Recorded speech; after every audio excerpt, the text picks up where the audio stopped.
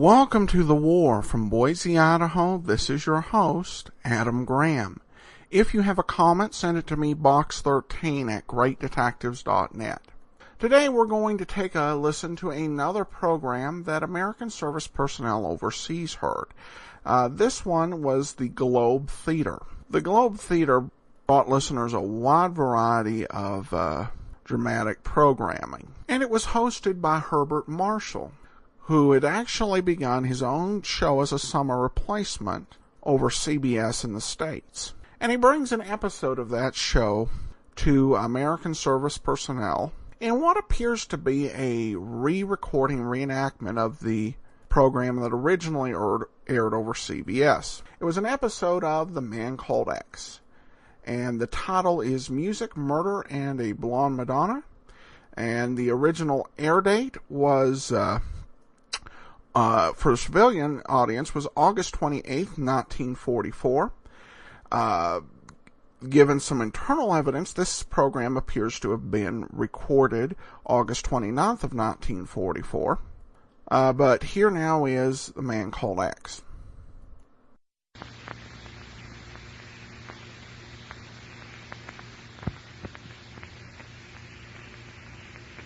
Here's your pass to the Globe Theater.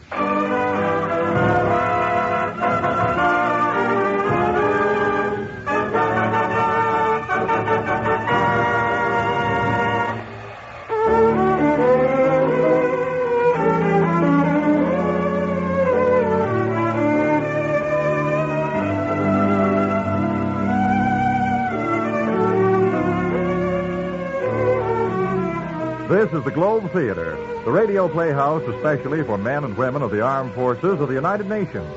Just as the Globe Theater has meant the best in entertainment since the days of Shakespeare, today it means the best in radio drama for servicemen and women all over the globe. Here to tell you about tonight's play is your host at the Globe Theater, Herbert Marshall.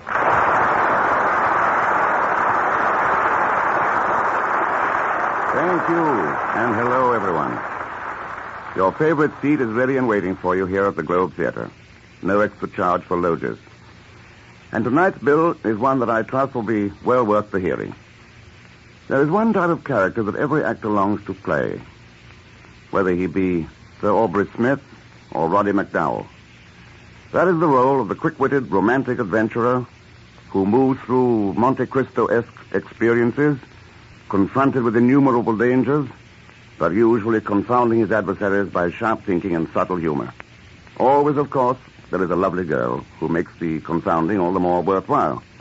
As I say, such is the part that every actor longs to play.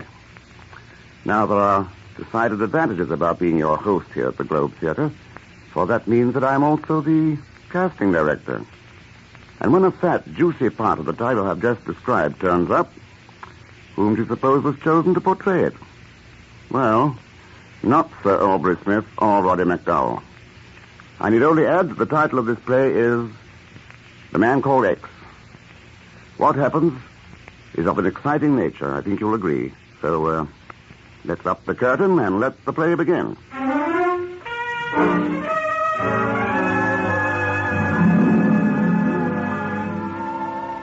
Tonight, he finds himself involved with murder, music, and a blonde Madonna.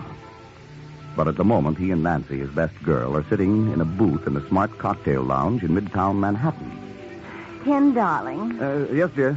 you'll get a kink in your neck staring at that blonde. Why don't you just go over and sit with her at the bar? I won't mind. Nancy, I look at other women only to remind myself that not one of them can compare with you, my sweet. Oh, that's better, Angel. Pietro, Yes, sir? 2 martinis with onions. Yes. I don't know why I ever fell in love with you, Ken. You know, I should have gone for a really attractive gent. Like that one over there. Where? At the bar, sitting next to that blonde gal you've been ogling. You see him? Yes. Why, great Scott. Bill Nesbitt. Huh? Somebody call me? Bill, over here. Oh, for the love of Ken Thurston, I haven't seen you Since last college reunion. Nancy, this is Bill Nesbitt, my old roommate, and the best all-American tackle ever. Bill, this is my fiancée, Nancy Bessington. She thinks she's a reporter. I'm glad to meet you, Nancy. Oh, thanks, Phil. I've been following your career, Ken. Congratulations. You always were interested in solving unsolvable puzzles. Well, how about you? I understand you're the finest synthetic chemist in the country. I've done a little in synthetics. Your drinks are fine. Join us, Bill? What? And take him away from his beautiful blonde? What blonde? That girl sitting next to you at the bar. Oh, she's not with me. I don't even know her. Oh, and fine. Sit with us, huh? Well, I've still got half a drink at the bar. I'll get it. He seems like a nice guy. He is. Hey, it's swell seeing you again, Ken. Go on, sit down. What are you doing? Well, I'm on my way to Italy. Italy. Sounds mighty mysterious. Secret stuff. Say, have either of you the time? 4:10. Oh, gee, I've got to make a phone call to the office. When do you leave? Well, I've got to catch a bus at the airline terminal in 15 minutes. Don't have too much time. No, I'll be right back. I wonder why Bill is going to Italy. Hard of the place for a civilian to go these days. Oh, stop acting like a bird dog in October. Darling, you know I promised you I'd settle down. And I'm going to see to it that you keep that promise, baby. Bartender. Bartender. Yes, sir? Uh-oh, looks like your blonde friend is shutting off. How much do I owe you? Quick, please tell me. That'll be 75 cents, please. Here you are. I think she dresses in horrible taste. Oh, Nancy, aren't you being a little hard on her? Lady, come back. Lady, you left change out of a $5 bill. No, I wonder why she was in such a rush. Probably just remembered her date with her boyfriend. Maybe so. Pardon me, darling, will you? Pietro, where's the phone booth? All right, Thurston. Oh, thank you. Hey, Bill. Are you all right? Hey, Bill. Good Lord. Ken, what's happening? It's Bill. He's dead. Oh, no. How? Pietro, Yes, sir? don't wash that glass he was drinking from. Oh, why not, Ken? I have a hunch the police chemist will find it was full of poison.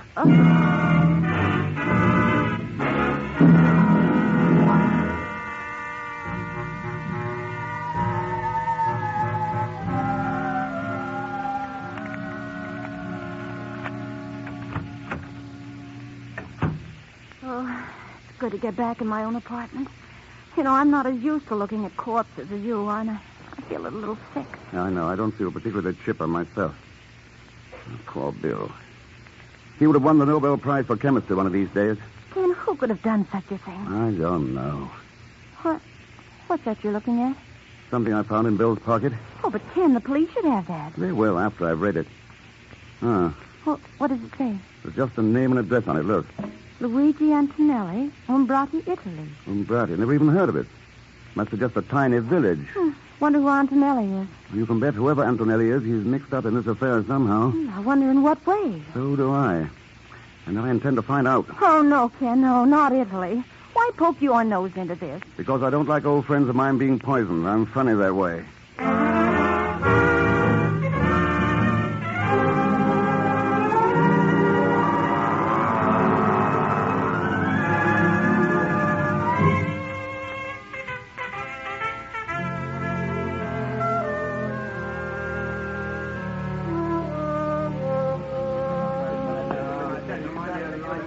So this is the town of Umbrati. Si, Senore Thurston. Not much of it left, eh? The Nazis. They make ruin everything before the Americans come. Well, they didn't ruin your spaghetti. It's a masterpiece. Gracias, Senore Thurston. Give me back my $5. Yeah, before we stop. No, you've made a great mistake, Jen. Line across will make you look like Mussolini's ghost. What's all the trouble over there? Those GIs look as though they're going to lose their tempers. The American soldiers. They know like the souvenirs, what they buy from Castro the peddler. See him over there. Castro the peddler, eh? That's good. You know him? That, my friend, is an understatement. I must meet Castro the peddler. This is the last time we ask polite. Come on, boys. 1, 2... Here, boys. What's the trouble? Mr. Thurston. Egon Zellsmith, what mess are you in now? Oh, you are a savior. As I What's he done, boys? This drifter tells us these are genuine Italian curiosities. Look what mine says on the bottom. Made in Newark, USA. Egon, give the gentlemen back their money. Oh, but, Mr. If you Thurston... don't, they'll tear you limb from limb, and I'll sit and applaud. Mr. Thurston, you are a sadist. Here you are, fellows, $20. That's better. I'm shocked, Egon. You, a common peddler. There's more to this than meets the eye, though, isn't there? No, I'm just a poor peddler that peddles. Yes. I can make you a better financial proposition. Mr. Thurston, those words are like the soft wings of a bird. How much? 50. 100. 50. All right. What do I steal? Not yet. Do you know a man called Antonelli? Well, you are lucky. I am more than familiar with that name. Well, who is he? Luigi Antonelli was professor of music at the University of Florence. What the devil would Bill want with the professor? Did you say was? Yes. Alas, Signor Professore Antonelli died yesterday. Today is his funeral.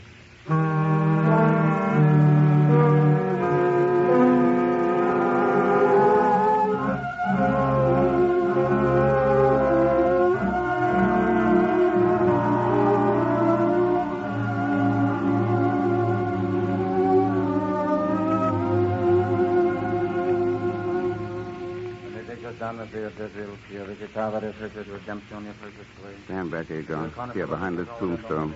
I dislike graveyards intensely. But this funeral fascinates me. Why are there only those two mourners? Alas, Signor Antonelli had but few friends. Who are those two women? His sister and her daughter. They've just arrived from Rome recently. Oh, so they just came down from Rome, did they? Yes. Well, a few days ago, I saw that girl sitting at a bar in New York. Impossible. She just came Agar down. agrees me to tell you this, but you are lying. Mr. Thurston, if you did not pay me so well, I would be hurt to the quick. How well do you really know these two women? Tell me the truth. I have never spoken to them. For $50 more, would you tell me the real truth? Aha, in that case. I thought so. But cash? In a cemetery? Well, the dead will not object to a small financial transaction. Cash, please. Oh, all right, here you are. Good. Now, the truth is this. I pretend to be a peddler. Those charming ladies pay me to stay in this town so I can notify them should anyone try to get near their house. Why are they so eager to keep people away from that house? Who knows? Perhaps, I merely say, perhaps, Signor Antonelli is not in that coffin at all.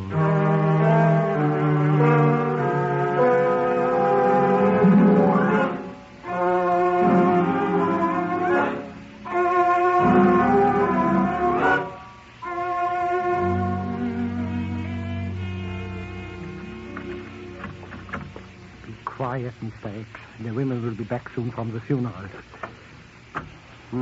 This mansion is quite a dump. Huh. The Palazzo Antonelli dates back to the Borgias. Where would Antonelli be? I do not know. I've never seen him. Where does that staircase lead? Oh, to the bedchamber.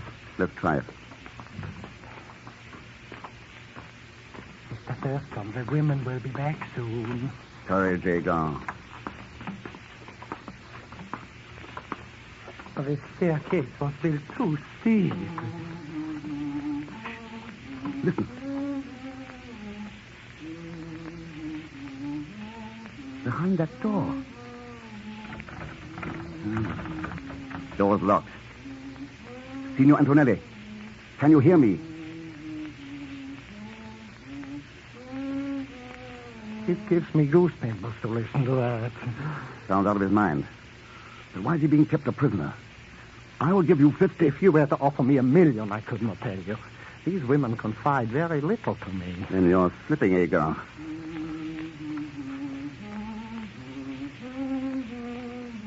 Signor Antonelli, I am an American. I know you are being held a prisoner. Can you hear me?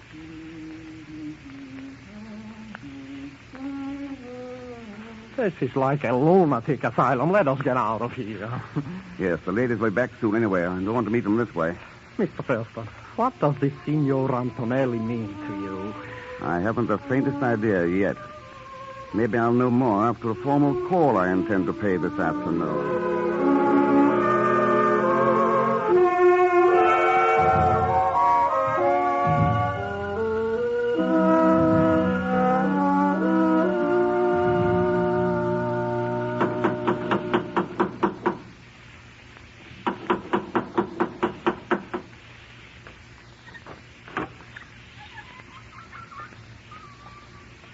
Senor? I have come to offer my condolences at your loss. I'm Signor Thurston from America. I studied music under your uncle at the University of Florence. Won't you come in? Mama, this is Signor Thurston. He knew Uncle Luigi, and he has come to pay his respects. You come at an unhappy time, Signore. But since you are here, won't you sit down? Signora, I too feel your loss very keenly. Your brother taught me much about music. And more about life. He was a great man. You are right. I'm glad to know that someone young and a foreigner still holds his memory dear. What was the cause of his death, Signora? While my daughter and I were at Rome, the Nazis occupied this village. They knew how my brother felt toward them. Don't cry, Mama. The past is over. I came here to Umbrati hoping to talk over old times with him. I was shocked to hear. You're very kind, Signor. Not at all. We are being ungracious, Tina. I will get some wine for Signor Thurston. Yes, Mama. The Nazi swine in their retreat from you wonderful Americani at least forgot to loot our wine cellars. I believe he will enjoy our wine. It is the finest in these parts. You will excuse me. Certainly. Strange. Why do you look at me like that? I came to find death, and I found beauty. You are making love to me, Signore. You choose a most unhappy time. When a man is swept off his feet, as I am now, love does not wait on birth or death. I had heard how impetuous Americans were. No, Signore. One tender kiss of, shall we say, friendship. What would my mother think? She's still in the wine cellar. Well, then, one.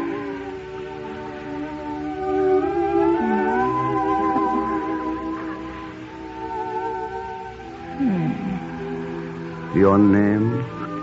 Tina. Tina? I could compose a tone poem to that name. Please, Mother is coming back. Mother has no sense of timing. Those steps are hard on an old woman. Here, Tina. Pour Signor Thurston's glass. What an exquisite goblet. Yes. Botticelli made it for our ancestors. Probably the Borgias? Signore does not know his history. The Borgias were poisoners. So they were. Here, Signore. Taste it and tell me if you ever had a finer Barolo. Yes. Drink, Signore. But, neither of you joining me? No, Signore. Then I insist your daughter at least take part in an old American custom. It is called the loving cup. When a man meets a girl as exquisite as you are, Tina, he asks her to drink first from his glass. Tina is too young to drink. Oh, surely an exception can be made. My daughter accepts your flattery, Signore. However... It isn't flattery. To look at your daughter is to have some of the chill taken from the memory of her dead uncle. You have not touched your wine, Signore. I wouldn't think of it until your daughter first sipped from my glass. I have told you I cannot allow my daughter But to... I insist. It is difficult to know where flattery ends and rudeness begins with you. Come now, Tina. Surely you can't object to drinking your own wine? Or can you? Of course not. No, certainly not. Well, then. Very well. Tina, no. You did not really think I was going to drink it, did you, Signore? Considering that it would probably kill you, I doubted it very much. And now the comedy is over, Signore. Oh, I see you know how to use a revolver also. Yes, and I must insist that you stand quite still, or I will shoot a hole between your very attractive eyes. Egon. Yes, Signore. Aha, Egon, of course, hiding behind the screen. I'm coming, Signore. Poor Mr. Thurston. You should not have come here. Egon, take care of this gentleman. As always, it is a pleasure to take care of Mr. Thurston. Show him to the cellar. And tie him up securely. Just my luck. Here I am having a quiet little party with two of the loveliest ladies in Italy, and I have to go to a nasty cellar with Egon.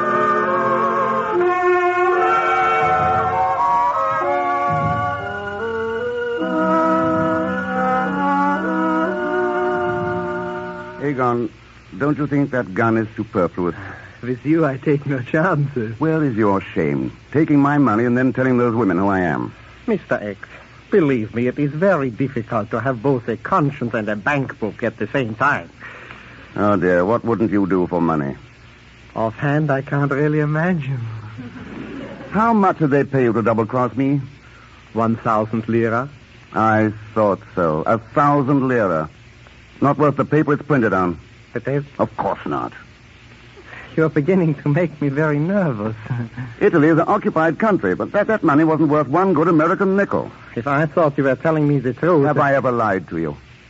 Yes. Yes, but always with such charm, Mr. X. Are they asleep by now? Oh, yes. I heard Tina say that they would take Antonelli across the German lines just before dawn. You have no sentiment, Egon. Think of that poor old man locked up. For $500, I could reap buckets and at the same time cut those ropes. 200. 5. Either my price or I sit here and starve. Which will it be? Well, naturally, I cannot let you die. It's a deal. No, it is no use unless I can get to Antonelli's room. By the merest chance, I have a key to the room for 50 more. No, 200 net. What can I do? My heart will not allow me to permit you to be eaten by those rats. Wait, I cut you free. Ah, you have a noble soul, Egon.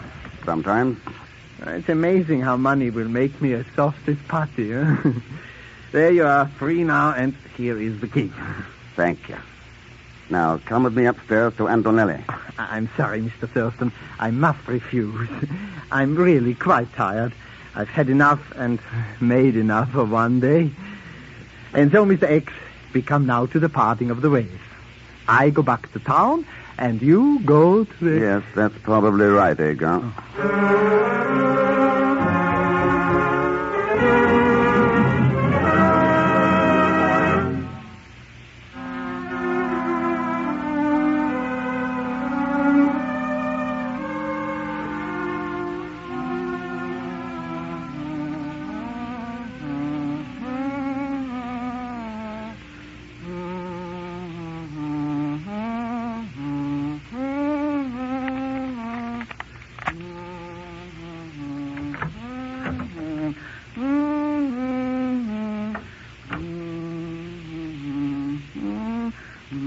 Signor Antonelli.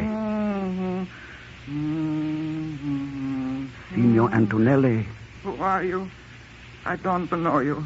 Go away. I don't know you. Please try to understand what I'm saying. It's very important. I've come to take you away. Away from those women. I don't know you. I don't. Yes, I know all that. How can I make you understand? I'll take you to a hospital. I'll take care of you. You'll be well again. Oh, stop humming and listen to me. I do not know you. I do not know you. I do not. My name is Ken Thurston. Go away. You want to hurt me like the women hurt me. No. I'm a friend of Bill Nesbitt. And a friend of yours. Now, I believe you. Great Scott. But I had to make sure. Thank heaven you've come. You mean you've been? It was the only way to keep those women from finding anything out. So you pretended to be out of your mind? Yes, I fooled them completely. Now, how is my friend, Bill Nesbitt? He's dead. Dead? Yes, murdered. Poisoned by your niece, Tina. She is not my niece. She and the other one are agents of the Gestapo. I thought so. But why did they kill Nesbitt? He wanted me to sell to his company my brother's formula. Your brother? Yes, before the war, my brother was one of the great chemists of Europe. Oh, so that was it. What happened to your brother? He was killed by the Nazis. You say he had a formula that Bill Nesbitt wanted? Yes, for a new type of synthetic. What synthetic? Well, I really don't know. I'm a musician. I know nothing of science.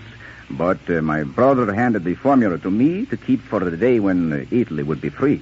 Did the women get the formula from you? No. They tried to get it. Day after day. Day after day. But I fooled them. Good work, Signor Antonelli. Have you got it with you? Yes. Where is it? In this room. So you hid it. Where? Oh, no, good heavens, Signor Antonelli. This is no time to... That's it. That's the formula. I don't understand. What do you mean? When a musician plays the tune in the key of E, using B flat as the code for the letter A. I see. A musical code. Exactly. Played and varied 5 times. Only I know the variations. When it's decoded, the entire formula is spelled out. And you've kept it in your mind all this time? Yes, I assure you it has been nerve-wracking to hum that same tune over and over, but I had to do it so I wouldn't forget. Not quite so fast there, Mr. X. Good evening, ladies. Or shall I say good morning? This is no time for your cheap American wit, Senor Thurston. My daughter is a very good shot. I would advise you to stand quite still. What are you going to do with me? It's all right, Antonelli. We are taking you to Berlin. They will beat me in Berlin. Don't beat me again. Shut up, you fool. So you're taking him to Germany? Yes. We have doctors there who can make that idiotic mind of his spill out its secret. Keep still, you dithering lunatic. Let him alone, Mother. He is harmless. I cannot stand that humming over and over again. If he does not stop humming, I'll gag him.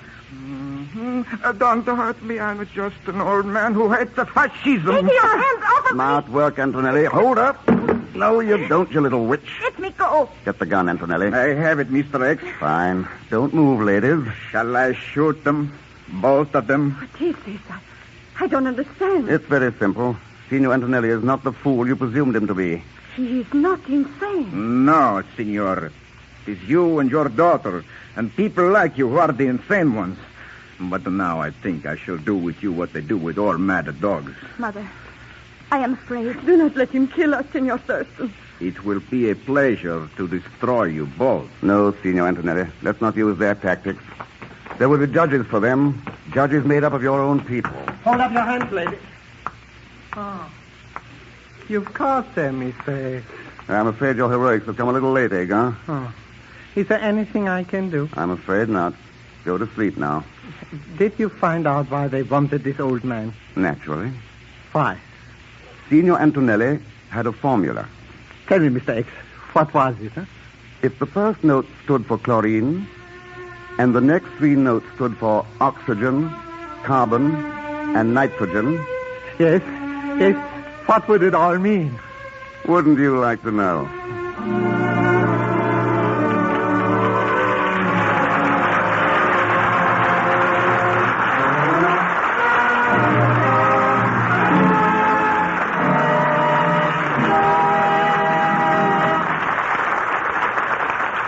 So ends tonight's Globe Theater production of The Man Called X.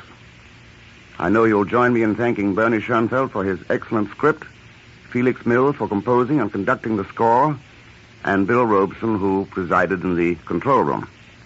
By the way, the role of Agon was played by Hans Conried as a farewell gesture to an active life in radio theaters and as a prelude to an even more active life in theaters of a different nature. Mr. Conried, I might add, relinquished the finest head of hair in the Western Hemisphere to become Private Conried, his Army serial number escaping me for the moment. Watch out for him. If his performance as Agon is any indication, he'll be a slippery man to deal with on the evening of payday.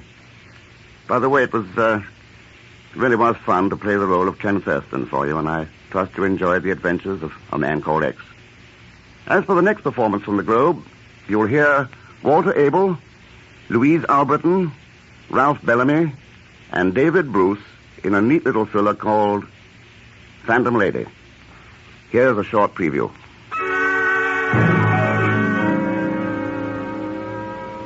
That hit him hard. I could tell by the way he looked, by the way he watched me all night as I sat there at the bar just staring at him, never saying another word. And when he left at closing time, I followed him. He managed to walk rather slowly at first, almost defiantly, as if he didn't care. And then he went a little faster, and faster, and faster until he was almost running. And then suddenly he stopped and turned. What do you want? Why do you keep on following me? You have something to tell me. You're wasting your time. You know what's going to happen to him. You can prevent it. Get it off your conscience. Don't ask me. Go ask the guy that give it to me. Gave you what? Nothing. It was money, wasn't it? Somebody gave you a bribe. I ain't talking, I tell you, and I ain't staying around here either. I'm going to get so far away from here. Look out!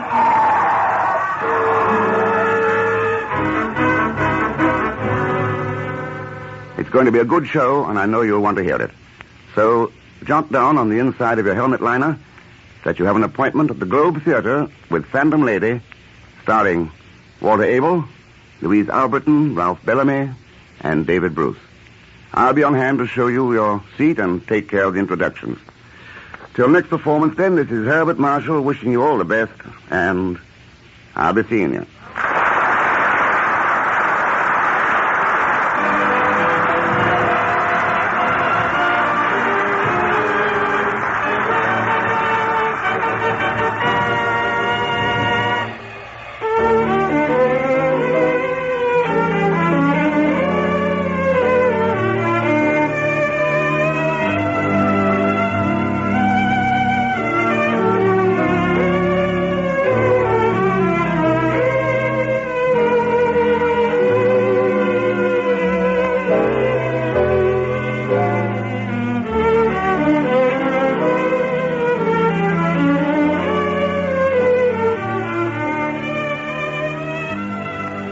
have been listening to the Globe Theater with Herbert Marshall as host and master of ceremonies. The Globe Theater is presented for servicemen and women of the Allied Armed Forces all over the globe. Listen for our next Globe Theater production soon. Welcome back. The Man Called X would go on to have a very popular run over radio. It ran over CBS in the summer of 44, but then went over to NBC Blue, which later became ABC for the regular 1944-45 season, and then had two more summer runs over NBC before going to CBS for 2 seasons, and then back to NBC for 2 more full seasons. It really was one of the great premier spy dramas of its time, and pretty entertaining. This particular episode was actually later repurposed in 1950 as an episode of the Christopher London series starring Glenn Ford. And of course, the role of Pagon, played by Hans Conried in this episode, the actor who really became associated with the role was Leon Belasco. That will do it for today. If you have a comment, email me, box13@greatdetectives.net. I welcome your story or that of loved ones who served during World War II. Ken Curlin provides our opening theme music, kencurlin.com. I am your host, Adam Graham. This series is provided as a service of the Great Detectives of Old Time Radio, greatdetectives.net.